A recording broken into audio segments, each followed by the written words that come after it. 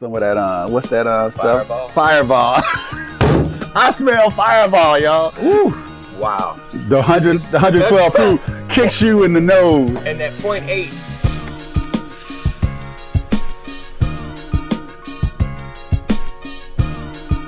Welcome to the StickMen Podcast. I'm Reggie Kimble, StickMan #1 with my boy StickMan. StickMan Simp in the house. Yeah, we right there. And we are back again for another Puff Sip Chat session. So you know what we do. If you like a good cigar, you like good whiskey, you like to chop it up while you're doing it, you gotta chop it up. You came to the right place. Our goal is to educate. All right? Hey, let's get into this, man. Before we get into it, what are we puffing on today? Hey, we puffing on that ATL Black. Hey, we want to give a shout out to Leroy, to Janelle, over at ATL Black. I'm missing somebody. Peter. Peter's over in France. Oh, excuse me. Yeah. Anyway, but yeah. Yeah, check out the podcast with those folks. Yeah. Good times with ATL Cigar Company. Launched back in January. On and popping ever since. They are blowing up. And the ATL Black is an incredible cigar. More of a full body smoke. Mm-hmm. So, not for the weak of heart. But if you like a good full body that's kind of mellow at the same time, exactly, you got the ATL Black. All right. So that's what we're puffing on today. And today is a great whiskey review. I can't wait to get into this whiskey because we love it. But before we get into it, I got to say something. Congratulations on the #1 pick in the draft, brother. Hey, thank you. My Detroit Pistons locked it down, and we gonna do something with this brother. Mm-hmm. Or he gonna do something for us. Yeah, a combination. Yeah, they just drafted for the basketball heads out there. They just drafted Cade Cunningham out of Oklahoma State. The brother is bad. If you haven't seen him play, 6'8" point guard. Bad, got skills all around. Kind of remind me of myself a little bit, but we ain't gonna get into that. Exactly. Hey, his hops weren't as good as mine, but we'll, He's the man. But, whatever. Pistons, y'all do him right now. Come on now. Come on. Cade Cunningham. So hopefully he'll change y'all a little bit. I didn't see. Oh, I did see. I can't remember the kid's name, but the Hawks had a later round draft pick. The thing that pissed me off though before the draft, I'm gonna tell you right now, and I'm still pissed off about it. I'm glad it didn't happen, but I hope it doesn't happen. Is the Hawks started talking about trading your boy Cam Reddish, they're offering him up, which is some Hawks don't trade that boy. That's bullshit. Now, don't trade Cam Reddish. Come on. Now, what I heard through the grapevine was that before he got injured, work ethic was kind of questionable. But once he was injured and going through rehab, he was really putting in the effort and everything. And then you saw during that the series with the Bucks that he really showed some promise. I believe. Even if he'd been there, there might have been a different ball game. It might have been a different ball game. So, I don't know. Maybe they're just seeing what they can, but I don't know. I think he's a young superstar in the making. It may take him another couple of years, but he's got the talent. So a lot of people said when he got drafted that he had the most upside of anybody in the draft in terms of just what his long-term potential is going to be. And I say keep the boy around. He was rebounding, he was blocking, he was giving you offense in that series when he came in. So, I'm not behind closed doors with the Hawks, but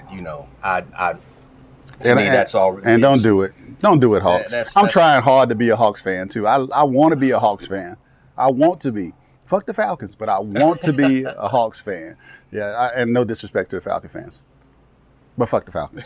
I'm Tampa Bay Buccaneer all the way, through and through. Hold on, let me get my violin. Yeah, I know. Okay, yeah, there we go. Home of the champs. Okay, I got that out of the way. But yeah, I'm looking forward to next basketball season to see what your Pistons do, just because I'm a basketball head. Yep. And I always like to see what the #1 picks do, because I think last year's #1 pick, boy from Georgia, Anthony, I can't think of his last name right now, but he had a great rookie season with the Minnesota Timberwolves, and hopefully, your boy Cade Cunningham will do it for y'all. Exactly. Yeah.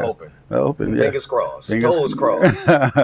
Yeah. So hey, and one other thing we got to give a shout out to, one of our sponsors for today's episode is actually Designs by Derek Gates. So check him out on his Instagram. It's Gates. I think it's design_Gates on IG. Great brother. He does some Derek I'm sorry, Gates. Derek. Thank you, Derek Derek underscore Gates. Yes, check Derek him out on Instagram. Oh my God, check the guy out. He has some incredible custom ashtrays for our cigars, for our brothers of the leaf, our sisters of the leaf. If you want your own custom cigar trash tray, you need to talk to this dude. He's actually making us a StickMen one, and we're going to debut it on the podcast in a couple weeks. You're going to love it. He's got a Detroit Lions coming from a man Simp. He got a Buccaneers coming from me. And we're going to feature that. Actually, we're going to have him come sit down with us on the podcast so we can talk about it. But designed by Gates. Check him out. And he does all kind of woodwork as well. So one of our sponsors today. So thank you, Derek. Outside the house. Thank you, Derek. Check him out. Oh my goodness, you won't be disappointed. All right. Okay. So, we just paid the bills. So now let's get on to this. We'll just get on to the sipping. All right. So, so today our sip of the day is going to be Wild Turkey Rare Breed. Rare breed, y'all. Rare breed. I'll be honest. I didn't know a whole lot about wild turkey until one of my neighbors, Josh. Shout out to Josh. Hey, Josh. He might be able to see us from here. But no, one day we were sitting around talking and he was sipping something in his cup and he said, man, this Wild Turkey Rare Breed is awesome. I was like, Wild Turkey? Because I'll be honest, Wild Turkey was never in my repertoire of whiskeys. It just didn't. Remind me of the guys way back in the day. Yeah. And it's been around, but just never really. It wasn't. It wasn't nowhere on my radar. It was nowhere on my radar. I'll be honest. But he said, "Hey, Reg, try it out. Wild Turkey Rare Breed. It's not what you think. It is a Kentucky bourbon. It is bottled by the Wild Turkey folks. Yeah, the same old Wild Turkey folks. But it was interesting though. How Wild Turkey got started.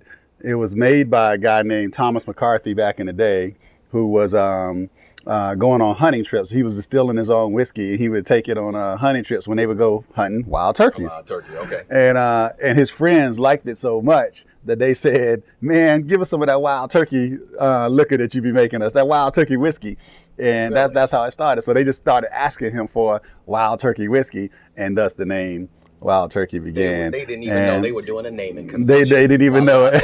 It was Wild Turkey. And I'm talking like this back in 1942. So this started way back in the 1940s. So, but now they recently released back in, I think in 2010 or something like that, around 2010, they introduced Wild Turkey Rare Breed. And every year they introduce a new batch. Okay. It's typically aged about 8 years.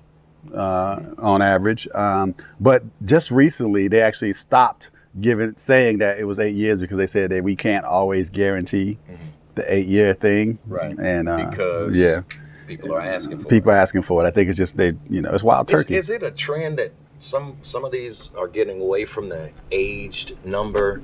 I think not so much with the single malts. I think but with the bourbons, I think the bourbons are talking. You're seeing them speak less and less. It's always mentioned. People always ask about it, but less and less, more and more are starting to say, "Hey, if it's good, it's good. If it's good, it's good." Exactly. Okay. All right. Little history lesson on the. I like history. Yeah, a little history lesson. Time. Yeah, we talked about it being starting wild turkey hunting, which I've never been wild turkey hunting. Have no plans to go wild turkey hunting. I've seen wild turkeys roaming the streets and we saw some on the golf course. Oh yeah, we saw some on the golf course. I was tempted to take my club to one of them. It was close to. It was November too. It was right around Thanksgiving. These look different than the turkeys that we see. They look like they'll come at you pot. They're like, okay, yeah, I ain't my cousin. Yeah, bring your ass over here if you want to. That's why I stay back and just watch from afar. Gobble. Another thing that was interesting about wild turkey back in 2000, the year 2000, so 21 years ago, they actually had a 7-story warehouse distilling factory in Anderson County, Kentucky. Okay. The damn thing burned down. It burned. Yeah. 17,000 wooden barrels of whiskey. 17,000 wooden barrels of whiskey burned back in the warehouse. It flowed. It set the woods in the area on fire. It was crazy, man. It was just a really catastrophe, But fire and whiskey don't mix very well. Oh my goodness. Yeah, but they bounced back. They bounced back, and they acquired a new distillery back in 2009, and they've been rolling ever since. And they got this Wild Turkey Rare Breed, and they're doing their thing now. And they're on the podcast, so it must have worked out. Call it like a turkey rising, like a phoenix rising, a turkey rising from the foot. We need to find some photos of that fire because I bet it was like something. You could look in the flames or something like that.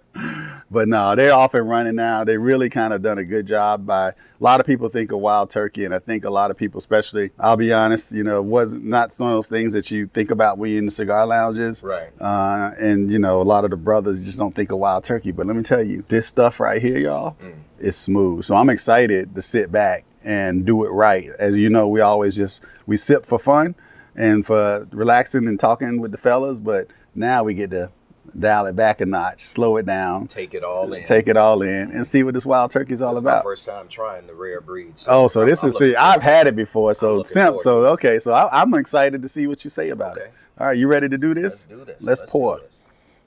So I'll let Simp do the honors as always. And we have our whiskey tulip glasses from courtesy of ASW Distillery, as always. As I always Is say. it blasphemy to drink another distillery out of a different distillery? I say no. I say no as well, and you know what? We'll find out. Yeah. Give me a little tight. There you go. I'm good. And Swish this around a little bit. This takes a lot of skill to do what I do, people. So. Oh, wow. Don't try it at home. Another thing I got to tell you guys that's interesting about this. This is a 112.8 proof. Not 111 proof, not 112 proof, not 113 proof, 112.8 proof. Oh. How did they get the 0.8? I have to do some research on that. I don't know where the 0.8 comes from. They probably used the Pelagotherm, and then they calculated the isosceles triangle next to the that thing right there. Mm-hmm. That's impressive. Yeah, Simp. I try. Okay, all right. But when you nose this, ooh. Wow. The 112 proof kicks you in the nose. And that 0.8 lets you know I'm there as well. Don't forget out the 0.8. Wow, the nose on this is strong. Oh my goodness. Wow, it like the proof. Yeah. So we had My sinuses exploded up. You see my eyes starting to water. Yeah. This is okay. So I'm gonna be honest. So Simp hasn't had this before. Oh my God. I've had it before, but I never nosed it the first time I had it. I'll be honest. Like I said, I just got right to it. But now that I'm nosing it, like, wow, it's strong. I'm fighting through it because I'm looking for something. So your first nose on this is you're gonna think this might break your nose or some shit, man. This might punch you. I mean, you feel like you got punched in the nose or something, and not necessarily in a bad way. No, so I'm not talking not bad. In a bad way. But it's such a powerful nose on it that I'm having a hard time figuring out what it is. But okay, now after like the third or fourth time, it's mellowing out. Going back, it's mellowing out now. I think I done burned off all of the. And also, we didn't breathe it. We didn't breathe the bottle. So sometimes you let the bottle breathe. Let it breathe. Okay. And we didn't do that. We just got right to it. Okay. So that impacts it. Let your bottle breathe a little bit, people. But okay, I'm getting some sweetness now. Definitely getting some cinnamon. Okay, I see I smell the cinnamon. I'm almost getting. I know this is Wild Turkey. Y'all forgive me for doing this, and I do not drink this shit, but I'm gonna go ahead and say it anyway. I'm smelling some of that. What's that stuff? Fireball. I smell Fireball, y'all, but I'm wrong. I know there's no Fireball in it, but the pros say we should get a little English toffee. So a little toffee, okay.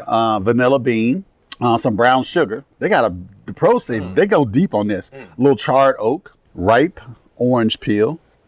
You know what? See, I may not get all that. I definitely got maybe the brown sugar. All that other stuff that I can sense a little bit of. It says also nutmeg. I don't know what the hell nutmeg knows, fella. X, you know what nutmeg is? I know what it is, but do you know what it smells like? No, me either. Okay. See, X don't know either, so we good. Baked apples and cinnamon. Yeah, okay. I got the cinnamon. I don't know about the baked apples. You got the cinnamon. And last but not least, I told you they go deep on this. Hints of woody herbal spice.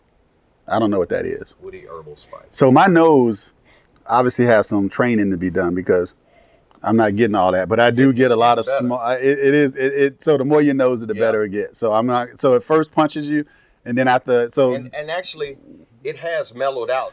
Considerably. So let this breathe. That's my recommendation on this. When you pour it, sit it down for a second. Yeah. It has mellowed out a lot. Yeah. So I'm looking forward to.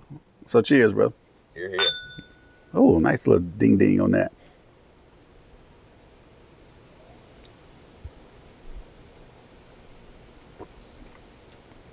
Wow. That is a flavor bomb. Yeah. literally in the exploded. mouth. It's like boom. It hits the tongue, and it kind of like slaps your tongue, like wake up, Yes. wake up. My tongue started dancing. Yeah, wake up. But then it quickly mellows out. Yeah. And that's why I said, ooh, for something to be this proof, Yeah. this high proof, it's not that gag.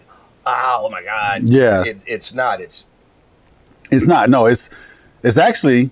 Hold on before I say that. One more time. So a serious flavor bomb on this, man. It just punches you in the mouth. But now that I got it, let me see here. It mellows out pretty quickly. You definitely get the 112 proof right away. But then it mellows out. I don't want to say it numbs the tongue, but it does kind of leave the tongue like wondering what the hell just happened. Exactly. And but not, again, it's not bad though. Not bad. So, oh man. Okay.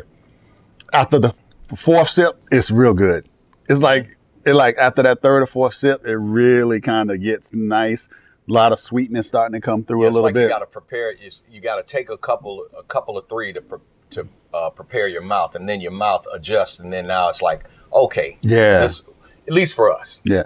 I don't know if some of y'all are so versed in this. I didn't do something that Jason Furr, shout out to Jason Furr, the toxicologist, check out that episode. But he educated me on something that I did not do. He says on something like this, swig it in your mouth, take a sip, swig it in your mouth, then drink some water.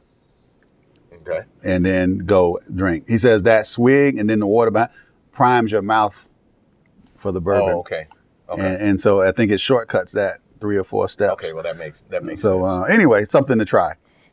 So I'm getting a little sweetness. It hits you hard first, but then its finish is very smooth. So the pros say on the taste, we should be getting a nutty caramel. Okay. And now that they say that, I can definitely feel a little caramel. A dense nougat. I don't know if I remember what nougat tastes like my candy bar days back when I was a kid. I think it's in Payday. Yeah. Payday has nougat. Oh, I like Payday though. Yeah. That's some good stuff. Brown sugar. Okay. Honey butter. I don't see the honey butter where that's coming from. Warm citrus. Okay. Should get a little vanilla cola. That could maybe almost see vanilla cola a little bit. Molasses and boozy sweet tea. What the hell is boozy sweet tea? Is it tea that has some hint of liquor in it? Boozy? I don't know. But it's really good though. Yeah. So 112 proof. It punches you in the mouth when you first get it, but it mellows out quickly. Definitely good and neat. I don't even know if I think I'm anxious to try this with some water, a drop or two of water, given that it's 112 proof. Exactly. Just to see if it changes the profile. But before I do that, the finish on it from the pros says it should be long and comfortably warm. Yeah. Definitely warm. Warm. But not too warm. And I love that explanation, comfortable, because you would think, oh, it's going to bite dragging down, but it's not. It's very, very nice. Very nice going down. It's got some pepper, some salted caramel in the finish, and a little spicy oak with some sassafras. I don't know what sassafras tastes like. Yeah. Yeah. Leather. I never tasted leather, y'all. But it says the finish, the pros, the experts say that it should be a little leather and some faint cinnamon and clove. How about that? I'll take their word for it, but it's a nice, easy finish. Now, I'm going to be honest. 112 proof is strong as shit. For me, we're in the summertime and we're doing this and we're tasting this for the podcast, so it is great. But for me, I cannot wait to have this again.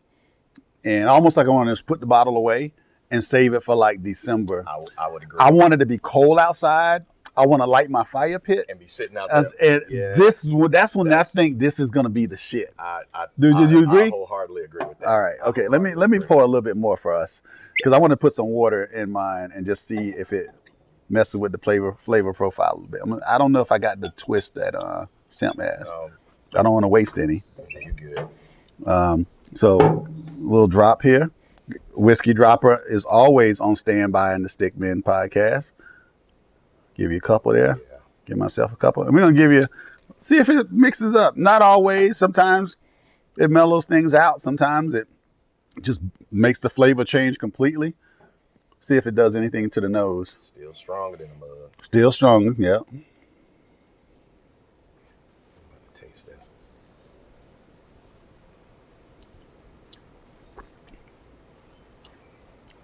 I'm not getting a distinct change though, personally. What this reminds me of is when you have a fire and you go to throw some water on it and you don't realize it's a grease fire. That's what the water kicked it up a little bit. Water kicked it up. Yeah. I mean, it's like it just really opened it up. Yeah. To me, it opened it up even more. It's like instead of it being in one, it didn't section, mellow it down. It kind of. It's just spread it. But I mean, it was almost like, oh, you want to put water on me, motherfucker? Like, okay, I got you. I got your water. You want to fight? That's what it's. I got your water, and I will raise you 4 flames. Exactly. My summary of this, let me just tell you, if I back, it would not be my everyday go-to sip because of 112 proof, but it is definitely a sip that I can't wait to have on a cold day. I can't wait because it's actually very smooth for 112 because I've had some high proof whiskeys that, believe me, man, you can't drink them. Actually, especially with this heat out here. When you said it, my mind went straight there. I literally could envision myself sitting in my coat. You know, it's nice and really got that Georgia chill going on. Yeah, a little toasty out. Yeah, and then you're sipping on this. And in front of your fireplace, we'll probably end up taking our jackets off anyway because the fireplace is like sitting in front of the sun. Yep. But yeah, it's a good stuff. I'm looking forward to doing this in the cold. I'm not drinking this anymore this year, unless we're out in this. This is about to be aged. It's gonna go in the liquor cabinet and it's gonna get aged. Wild Turkey Red Breed. I definitely recommend it, but if you're like us, I recommend it under those circumstances. Don't do it on a hot day. Maybe off camera, I might try it on some rocks at some point just to see. Yeah, see, he was sweating anyway. Now he's sweating even more. But I could see where if you wild turkey, it's getting to me. See, it's fucking with me already. If you're wild turkey hunting up in the north or the Midwest somewhere on a cold day, I could see where this is really It'll hitting be it. Good, but make sure you aiming at the damn turkey. Exactly. Okay?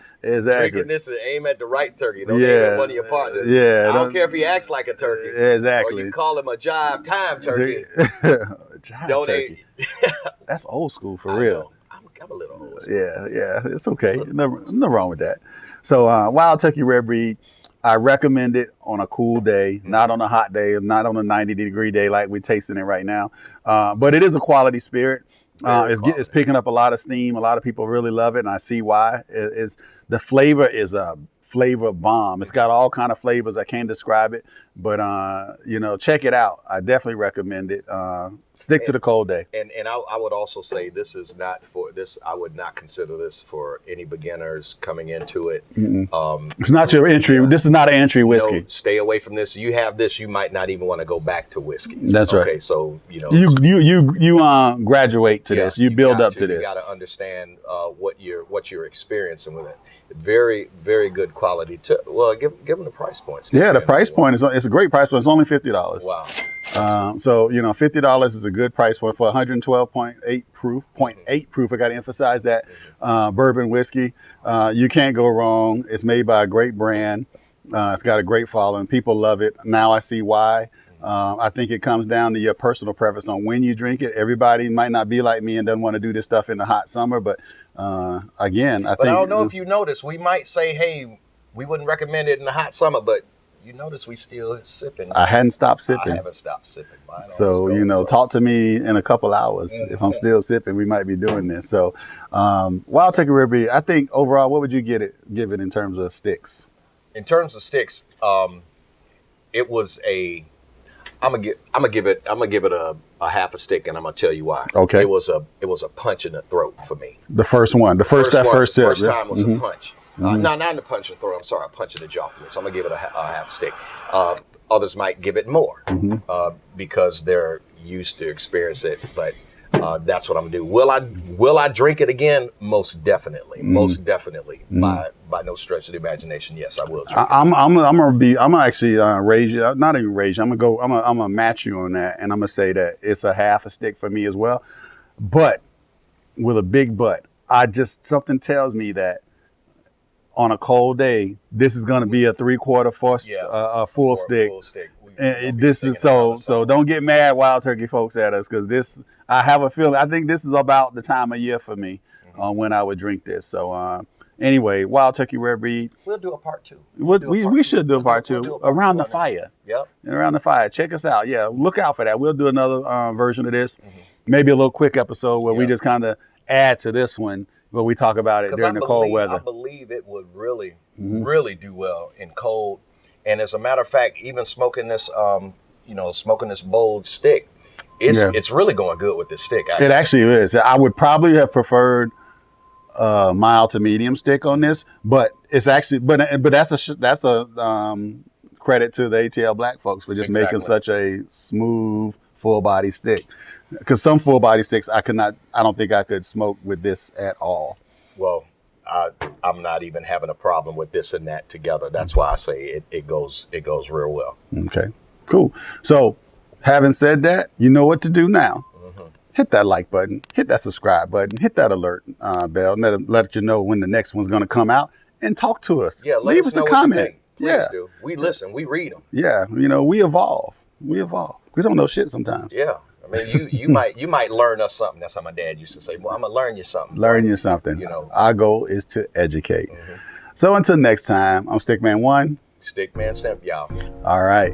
Don't forget, puff, sip, chat, repeat. Peace.